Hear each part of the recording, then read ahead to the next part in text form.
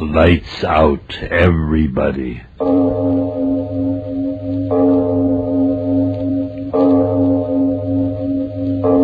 It is later than you think.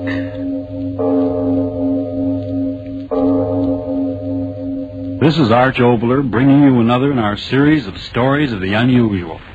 And once again we caution you, these lights out stories are definitely not for the timid soul. So we tell you calmly and very sincerely, if you frighten easily, turn off your radio now.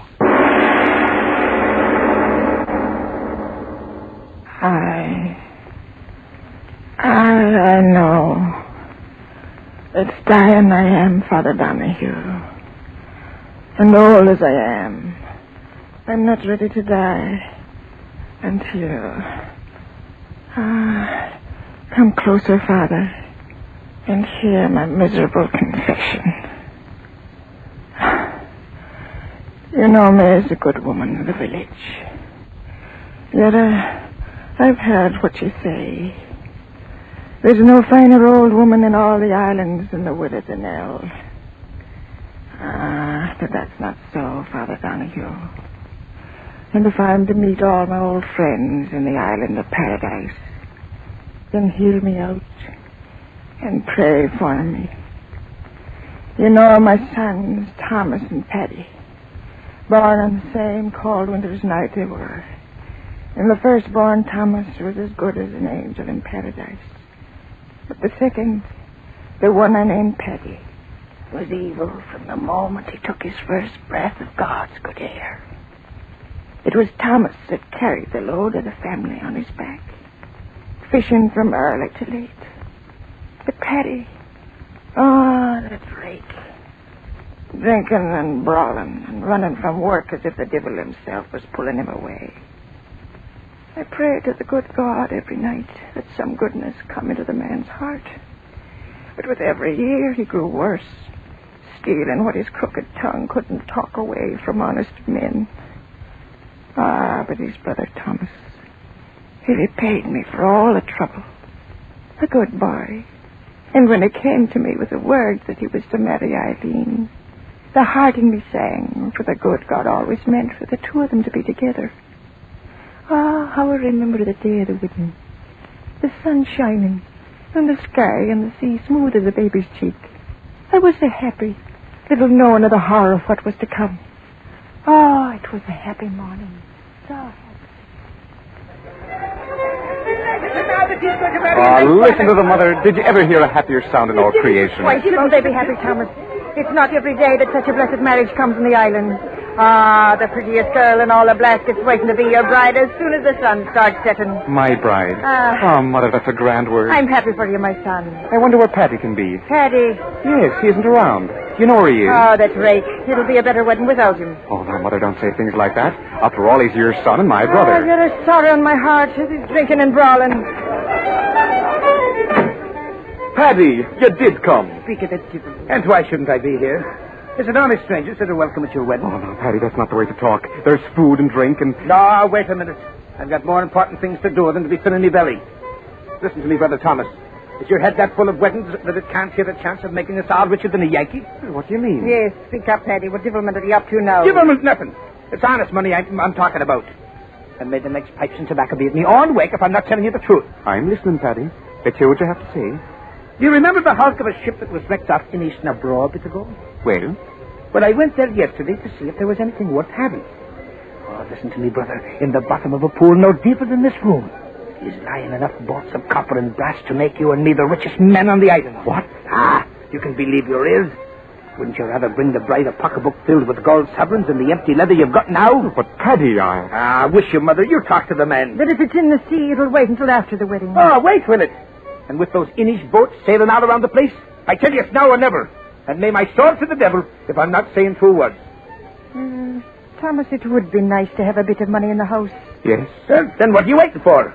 You've got a boat big enough to handle the stuff, and I'll be there to help you. And in 3 hours, you can be back here dancing. It's Eileen. Let her have the word whether you stay or go. Stay or go where, Mother Danelle? What's going on, Thomas? Well, You see, Eileen... you're the day short. Let me say it. Eileen, there's a fortune in brass and copper bolts waiting for us in water no deeper than a man's neck, over off Innisnabro. And Tommy here thinks you'd be fool enough to say no to his going.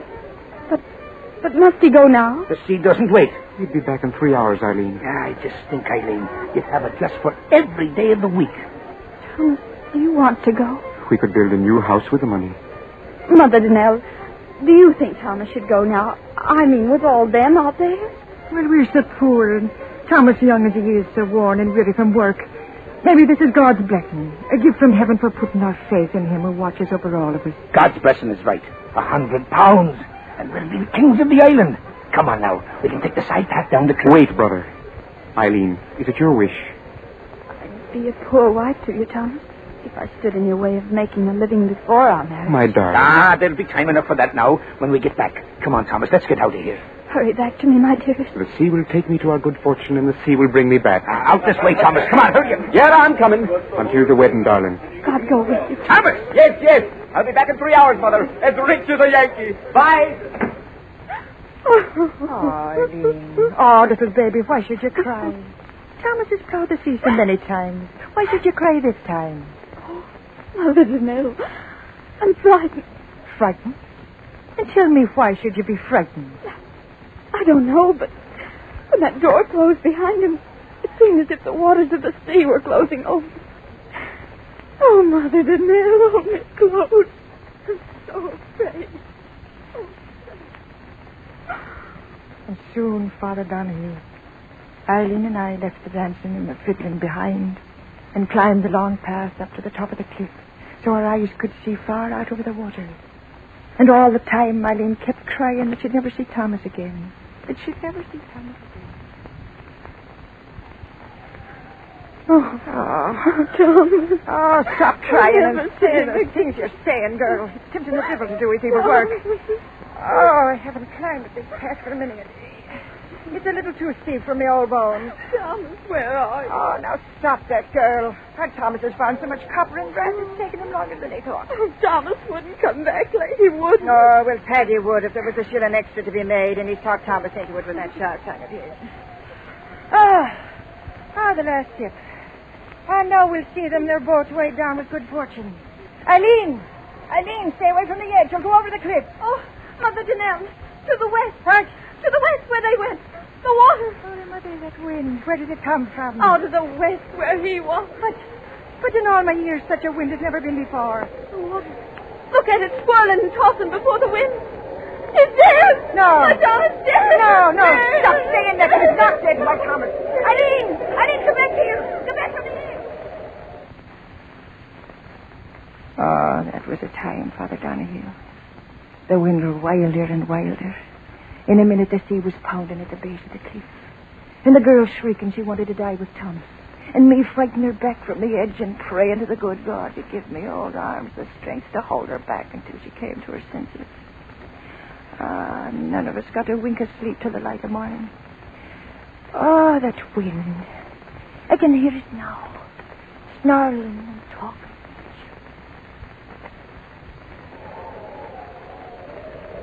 Widow Danelle! What? A boat. Your son to the west. Why, my son? Aye, come on. Dead? No, the boat's coming and there's living hands on the oars. Come Oh, on. to the Scotterman, he's a thank to the mercy. Mother Danelle, I heard someone say. Oh, Mother Danelle. Oh, Eileen. Eileen, the merciful God has brought them back. Come Oh. on, quick. They're trying to get into land. Hurry now. Oh, Mother Danelle, quickly. No, wait, Charles, your shawl. Your shawl's there. Now give me your arm. Oh, my old Hurry, leg trembles. Oh, I hurry. can hardly walk. Yes, lean on me. Oh, Hurry. Mother yes. Danelle. Yes, I'm moving fast as I can. It's hard. It's hard to get against this wind. It will. Let him live. You bless it for the life of one. And I bless it for the life of two. Good neighbors, let us through. My son. That's the Widow Danelle now. Let us through. Get aside for the Widow Danelle now. Come on. Oh, I can see nothing. The waves in the dark. Eileen, do you see? Oh, yes, Mother Danelle. I see them. I see them. Where? Point it out to me, girl. Where? Oh, over there. Follow my finger. Oh, Mary, they're coming back. Yes, I see the boat. Oh, blessed boat. I see it. Praise God, I see it. One. There's only one No. boat. No, what are you saying? Thomas! Paddy! Mother, Kate, come back! The waves! The girl's right. There's only one in the boat. Wait! The boat's in! Thomas! Oh, no. No, Eddie, wait for me. My son, take me to him. Oh, yes, forgive me. Come, I'll help you. Oh, good girl, Annie, good girl. Oh, which one? Thomas. I know it, Thomas, I know it. Yes, Thomas, the good Thomas, he lives. Stand aside, everybody. Let the widow Danelle and the girl through now. Let them through. Let me go. No one. My son, which one? Well, I'm back, Mother. Are you pleased to see me? Paddy. Oh! Please, stand back now. You, Paddy. Yes, me. Ain't I got a right to live? Tell me quick, where is my son? Where's Thomas? Tell me, Paddy, where is my Thomas? Where do you think he is, old woman? Dead at the bottom of the sea.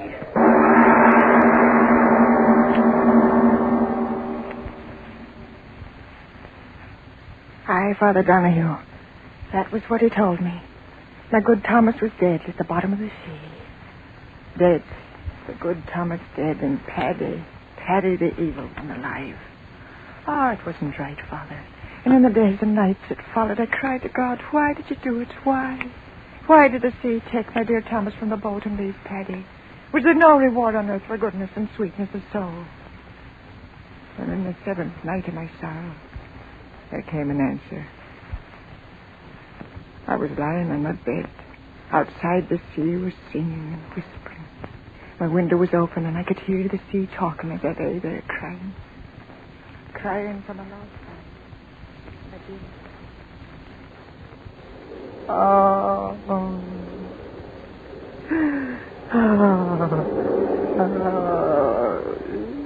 Do not cry, Mother. Mother. I heard a voice. You heard me, Mother. Thomas's voice. Oh, no. No, it's some wildness in my weary head. Mother, I am so weary. You must listen. Oh, dearest God. Why do you do this to me? My son is dead. Dead in the sea. Why do you bring me the memory of his voice? Mother, believe me. If I could only see you, I would believe. Oh, no. The horror the sea made of me. Wind and wave and grinding rock against my flesh. Oh, I wouldn't care, my son. Just let me see that it is you, and not my own voice speaking in the head. Oh, Mother, you don't know what you ask. But if there is no other way, close your eyes until I give you a word to open them. I've closed them. Now open, Mother, and have no fear. I beg you. Oh.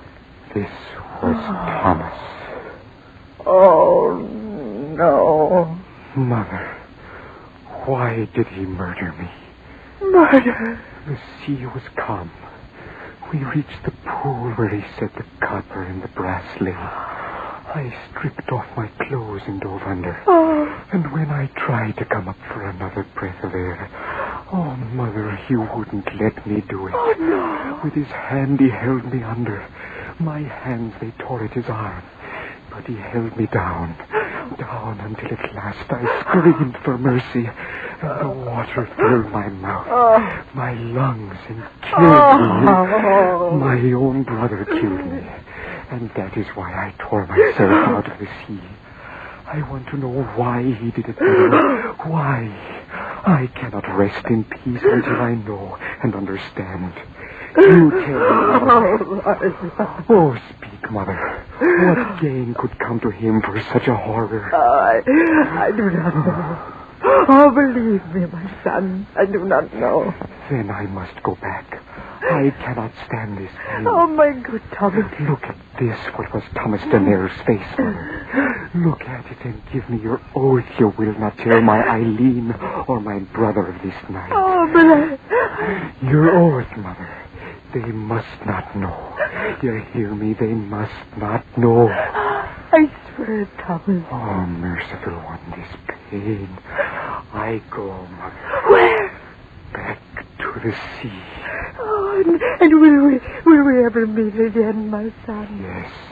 The day I find out why he made me drown, I will return, Mother. I will return. Thomas, my son, come back. Oh, my son. My son. But he was gone, Father Donahue. Gone back to his nameless grave at sea. Then it happened. Paddy talked his way into the good graces of the girl. Simple little Eileen. What did she know of the evil of men? That devil Paddy and my good Thomas's Eileen. It took the life out of me and made me long for the quiet of my grave.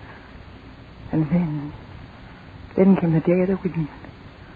Again the fiddler was playing. Again the good people of the islands were happy. I alone was sad, weeping the twilight.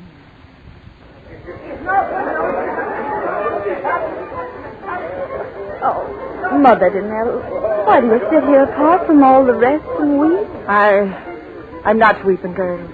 For weeks you've been so sad. Can't you find a little joy in your heart for this day of my marriage to your own son? My son. Well, I do not love him as I did dear Thomas. May he rest in peace. But Thomas himself told Paddy that if he died, he wished that Paddy'd care for him. And, Mother Danelle, what is it? Your face so strange. Now he knows. I just remembered. Now he knows. Who knows? What are you saying? There you are, my little bride to be. Why waste your wedding day with this old woman? Mother of mine though she be, her face is sour enough to curdle milk. Come on away now. No, wait, Paddy. Mother Danelle, you must tell me. What is it that makes you stare at Paddy with such an awful look? That's the look she's always had. Look how the sun glints on the sea. It's a day for a king. And I'm a king marrying the girl I've always wanted. Come, kiss me, Eileen. Kiss me so that all shall see me kissing the prettiest bride in all Ireland. No, please. Kiss me. Let the sky and the sea... Mother Danelle! What did you make that sound for, old woman? What's going on around here? Nobody scream. Now then, speak up, Mother. Why did you shriek like that? The sea. What of the sea? What are you pointing your bony finger at out there? What are you... Look! At the water's edge! Say, what is... Something's coming out of the sea. Look. Yes, something's coming out of the sea. That's right. I see it now. It's a seal, that's what it is, a seal. Where's the club? I'm missing It's it. not a sea! Huh? It's a man! Look. Man. Bones. Just bones. Let's get out of here. Eileen, do not look. Do not look. Oh, Blessed Mary, she's fainted. She will not see. What is it? I can't move. I cannot move. No, you cannot move, my brother. You cannot move. That voice. Bones and little flesh, and yet you know the voice. Thomas. Thomas, your brother Thomas, come back again. No. Because now he knows. No. Now he knows. No. Knows what? Why you murdered me.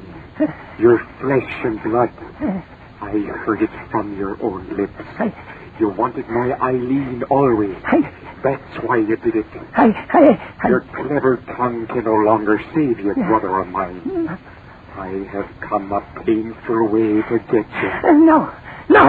No, you won't get me, dead thing. No, I'll get away. I'll run.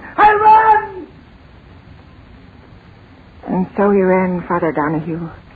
He turned and ran up the path that led to the top of the cliff. And behind him, slowly sobbing with the pain that tore at his dead bones, climbed my dead Thomas after him. And after Thomas, dragging my old bones, I went. Oh, for they were my sons. And I had to see that right was done. Up until at last Paddy stood on the very edge, the sea 500 feet below, shrieking, yelling, and wailing. He stood there shrieking at that horrible thing that once was his No, nothing. Stay back. Stay back. You bones of filth, stay back. I Back. come for you, my brother. No. I come for No. He fell. Mother, see, he didn't get me. Those rotten bones gave way beneath him. He didn't get me, Mother. Mother, what are you going to do? Mother!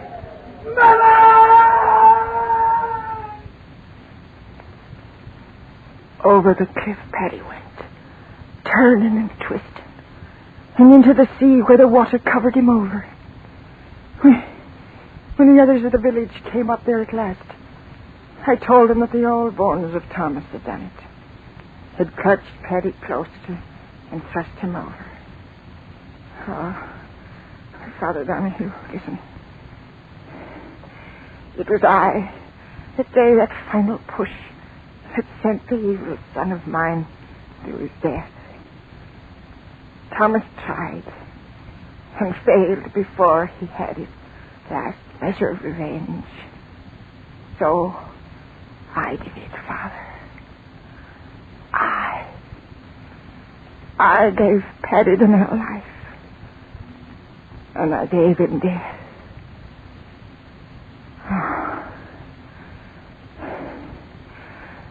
Is there any forgiveness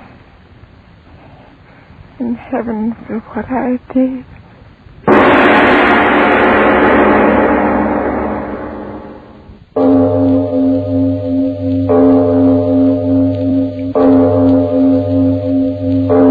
It is later than you think.